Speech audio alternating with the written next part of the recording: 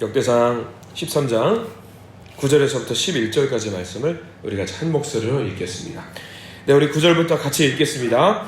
기돈의 타작마당에 이르러서는 소들이 뛰므로 우사가 손을 펴서 궤를 붙들었더니 우사가 손을 펴서 궤를 붙들므로 말미암아 여호와께서 진노하사 치심에 그가 거기 하나님 앞에서 죽으니라. 여호와께서 우사의 몸을 찢으셨으므로 다윗이 노하여 그곳을 베레스 우사라 부르니 그 이름이 오늘까지 이르니라. 아멘. 오늘 말씀 가운데 하나님의 크신 은혜가 있길 간절히 소망합니다. 우리 기도하는 마음으로 한번 따라서 해볼까요? 하나님의 은혜가 지금 저에게 임하기를 기도합니다. 우리 옆사람 축복하면서 하나님의 은혜가 지금 여러분에게 있기를 기도합니다. 아멘. 하나님의 은혜가 넘치길 간절히 소망합니다. 네, 우리 역대상 13장 말씀까지 계속 달려가고 있습니다. 오늘 말씀은요, 이제 다윗이 본격적인 왕국의 역사를 이제 통치하는 그 시기입니다. 여러분 사무엘하 6장에 있었던 말씀이에요. 우리 한번 봤던 말씀인데 여러분 기억하셔야 됩니다. 다윗이 통치를 시작하면서 제일 먼저 했던 게 무엇인지 여러분들 기억하시죠? 오늘 13장 말씀이거든요. 오늘 말씀과 같은 것은 사무엘하 6장 말씀이에요. 그래서 우리가 그때 기억했던 단어, 좀 어색할 수 있고 잘 기억이 안 나는 단어일 수 있는데 베레스 우사라는 단어를 우리가 잠깐 한번 배웠던 기억이 납니다. 근데 우리 역대상 13장 말씀을 보면은 조금 갸우뚱한 부분이 있습니다. 왜냐하면 어제까지도 분명히 말씀을 드렸던 것이 하나가 있는데 뭐냐면 역대기는 어떤 관점에서 바라봐야 된다라고 말씀을 드렸냐면 할아버지의 할머니의 마음으로 아이고 예쁘다라는 마음으로 봐야 된다라고 말씀을 드렸어요. 그러면 오늘 역대상 13장의 말씀은 사실 기록이 안 나오는 게 더 좋지 않았을까? 왜냐하면 다윗이 잘못한 부분이라고 우리가 생각하기 쉽잖아요. 잘못한 부분이기 때문에 야 이런 부분은 역대기의 관점에서는 맞지 않는 것 같은데 라는 생각이 듭니다. 그럼에도 불구하고 역대상 13장 말씀이 기록된 이유가 있겠지요. 왜 그랬을까? 왜 적혔을까? 이 부분이 나왔을까? 왜냐하면 오늘 13장 말씀으로 인해서 다윗이 어떤 마음을 갖게 되었나를 우리가 잘 봐야 됩니다. 어떤 마음을 갖게 됐죠? 하나님을 어떻게 하게 됐냐면 두려워할 수 있게 됐어요. 하나님을 경외할 수 있게 되어야 되는데 그 전에도 그런 마음은 있었겠죠. 그러나 오늘 일로 인해서 내가 주제넘게 나서면 안 되겠구나. 내가 주제넘게 하나님보다 앞서면 안 되겠구나라는 것을 깨달은 게 이 베레스 우사 사건입니다. 여러분들 기도할 때 그렇게 기도하시는 분들 계십니다. 하나님, 제가 하나님보다 앞서지 않게 해주시옵소서 라고 기도하시는 분들이 계실 겁니다. 굉장히 중요한 기도의 제목이거든요. 우리가 늘 기도해야 되는데 13장 말씀을 통해서 다윗은 그것을 깨달았어요. 내가 감히 하나님보다 먼저 하려고 하면 안 되는구나. 하나님이 먼저 하실 수 있게 만들어야 되는구나. 그 두려운 마음을 깨달았던 것이 역대상 13장 하나님의 궤 사건이라고 할 수 있을 것 같습니다. 자, 우리가 먼저 1절부터 좀 봐야 될 것 같아요. 13장 1절 다윗이 이 언약궤를 어떤 마음으로 옮겼는지가 1절부터 나와 있어요. 어떤 마음으로 옮겼는지. 자, 우리가 13장 1절 말씀을 같이 한번 읽어볼까요? 시작. 다윗이 천부장과 백부장 곧 모든 지휘관과 더불어 의논하고 라고 나와 있습니다. 이 언약궤를 옮기는 사건을 논하기 위해서 여러분들이 다윗이라고 한다면 제일 먼저 누구를 소집할 것 같으세요? 여러분들이 다윗이라면 저라면은 당연히 제사장이나 레위인들 같은 사람, 종교 지도자들을 데리고 와서 같이 한번 논의를 해야 되는 게 맞다라고 생각을 합니다. 그런데 1절에 보면 누구랑 논의를 했다고 나와 있냐면 천부장하고 백부장. 이 사람들은 어떤 사람들이냐면 아시죠? 군인이에요. 군인. 다윗이 원래 어떤 직분을 갖고 있었던 사람이냐면 군대 장관이에요. 그러니까 자기하고 가장 마음이 맞는 사람, 군인들을 데리고 와서 이 일을 시작하려고 했다라고 하려는 겁니다. 그러니까 이거는 정치적인 의도를 가지고 처음에 시작을 한 거예요. 그래서 2절 말씀을 같이 또 이어서 봐야 되는데 2절에도 또 이렇게 나와 있죠. 2절 읽어볼까요? 시작. 다윗이 이스라엘의 온 회중에게 이르되 만일 너희가 좋게 여기고 또 우리의 하나님 여호와께로 말미암았으면 거기까지 한번 볼까요? 이 일을 추진하는데 1번 천부장 백부장과 논의하고요. 그 다음에 이 일을 추진하려고 하는데 누구의 마음을 헤아리기를 원했냐면 2절 말씀에 나와 있습니다. 누구의 마음이죠? 첫 번째는 회중에게 이르되, 회중에게 너희가 좋게 여기고 라고 했습니다. 하나님이 좋게 여기는 것, 기도에서 물어보는 것은 일단 안중에 없어요. 누구한테 물어봤냐면 회중에게 이르되, 회중에게 물어보는 거죠. 백성들에게 물어보는 거예요. 야, 이렇게 하는 게 너희가 보기에는 좋겠냐? 어떻게 생각하냐? 라고 물어보는 거죠. 하나님은 일단 뒷전인 거예요. 어떤 사람들은 이걸 보고 말합니다. 민주적이지 않냐? 사람들에게도 물어보고 굉장히 민주적이지 않냐? 당신들이, 백성들이 좋게 여기면 내가 이 일을 하려고 하는데 어떻게 생각하냐? 좋은 왕처럼 보여요. 어떻게 보면 굉장히 좋은 왕처럼 보이는데, 이 이야기는 무슨 이야기냐면 하나님의 눈치를 보는 것보다 누구의 눈치를 봤다라는 이야기냐면 사람들의 눈치와 백성들의 눈치를 봤다라고 하는 겁니다. 사람들의 뜻을 물어보는 것이 아니죠. 자, 그리고 3절까지 또 넘어가 볼까요? 3절에는 또 이런 말씀이 있습니다. 같이 3절도 읽어볼까요? 시작. 우리가 우리 하나님의 궤를 우리에게로 옮겨오자. 사울 때에는 우리가 궤 앞에서 묻지 아니하였느니라 하매. 이 3절 말씀은요, 잘 보시면 다윗이 굉장히 찌질한 모습을 보여주고 있거든요. 왜 찌질하냐면, 야야, 나 이거 할 건데 사울도 안 했었잖아. 사울도 안 하는 거를 나도 하니까 어떻게 생각하냐? 나 정말 대단하지 않냐? 라고 말하는 게 3절 말씀입니다. 사울은 안 좋은 왕이고 나는 좋은 왕이라고 하면서 비교하면서 나는 대단한 왕이라고 이야기를 하고 있는 거예요. 그래서 4절에도 이렇게 나옵니다. 뭇 백성의 눈이 이 일을 좋게 여김으로 온 회중이 그대로 행하겠다 한지라. 하나님께 안 물어봤어요. 다윗은 하나님께 묻지 않고 이 언약궤의 일을 추진하고 진행하고 있는 거죠. 그러니까 하나님 보시기에 어떻습니까? 야, 저거 봐라, 나보다 앞서가네. 나보다 왜 앞서가지? 라고 하면서 하나님도 걱정 어린 눈으로 쳐다봤을 것 같고요.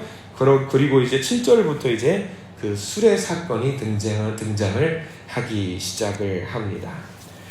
7절 말씀 보면서도 그렇게 나와 있습니다. 7절에는 이게 이렇게 나와 있죠. 하나님의 궤를 새 수레에 싣고, 여기 새 수레에다가 동그라미 표시를 한번 해두시면 좋을 것 같아요.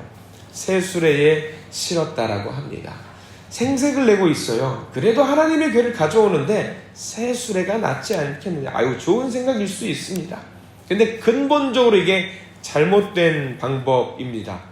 우리들은 율법에 명확하게 기록이 되어 있음을 알고 있어요. 법궤를 옮길 때는 반드시 어떻게 옮겨야 되냐면 아무나 옮길 수 있는 게 아닙니다. 레위 자손 중에도 고핫과 무라리 자손이라고 하는 두 지파 중에 선별된 인원이 반드시 어떻게 들어야 되냐면 어깨에 짊어지고 가야 되는 법칙이 정해져 있습니다. 수레에 메고 가는 것은 어떤 습관이라고 말씀을 한번 드렸어요. 뭘 옮길 때에? 그냥 우상숭배들이 할 때 그 어떤 우상숭배들이 생각하는 어떤 상징부를 옮길 때는 그게 수레에다가 옮기고 있는 일들을 다른 블레셋 민족이라든가 하고 있죠. 근데 그것을 그대로 따라서 한 것입니다. 문제가 많은 상황이에요. 그러면서 이제 우리가 읽었던 본문 9절까지 넘어오는데 9절에 드디어 우리가 기억하는 그 사람이 등장을 하지요. 우사라는 사람이 등장을 합니다. 레위인입니다. 우사와 아히오라고 선택받는 이 두 사람은요, 레위인이긴 하지만 제사장이 아닙니다. 그러니까 선택받은 사람이 아니에요. 그래서 우리가 지난번에 사무엘하 6장 말씀을 함께 볼 때는 여러분 그림을 그리시라고 했어요.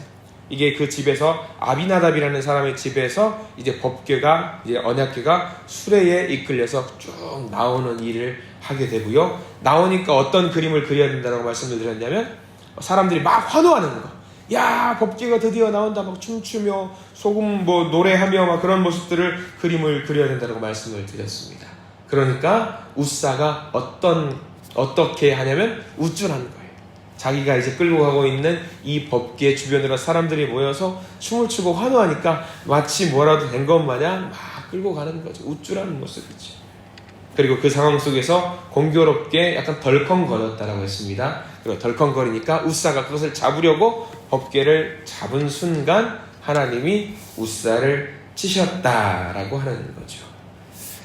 아비나답의 집에 70년 동안 보관되어 있었던 언약궤입니다. 이 언약궤를 보관되어 있는 것, 그리고 우사는 늘 매일같이 그 언약궤를 보는 거예요. 매일 보니까 어떻습니까? 신기해 보이지 않아요? 대수롭지 않습니다. 자기 집에 있는 어떤 물건하고 다를 바가 없는 것처럼 보게 되는 거죠. 그러면서 의시됐겠죠. 야, 이게 뭐가 대단해? 이거 별것도 아닌데 뭐가 대단해? 라고 생각을 하면서 그 괴를 잡은 거죠. 자, 우리 거만한 손길로 그 괴를 만질 때 하나님이 벌을 주셨던 우사의 모습을 기억하면서 우리가 여기 굉장히 중요한 의미가 있다는 것을 깨달아 알았으면 좋겠습니다. 중요한 질문인데요. 여러분께 한번 질문을 드려봤으면 좋겠어요. 한번 답을 해보십시오. 우사가 괴를 지키는 게 맞나요? 아니면 괴가 우사를 지키는 게 맞나요? 별반 차이 없는 말 같은데 어떤 것에 우선순위를 두는지가 굉장히 중요하거든요. 우사가 괴를 지켰나요? 그 아비나답의 집을 무엇이 지켰을까요? 그 언약궤가 그 아비나답, 우사의 집을 지켰습니다. 우리도 가끔 착각을 할 때가 있어요. 내가 신앙을 지키고 있다라고 생각할 때가 있습니다. 아니에요. 신앙이 나를 지키고 있다는 걸 우리가 잘 기억했으면 좋겠습니다. 내가 주일을 지킨다고 생각하는 분들이 많습니다. 아닙니다. 주일이 나를 지키고 있다는 사실을 우리가 좀 명심을 했으면 좋겠습니다. 우리가 율법을 지킨다라고 생각하는 분들도 있습니다. 아닙니다. 율법이 우리를 지키고 있다는 사실을 명심하시기 바랍니다.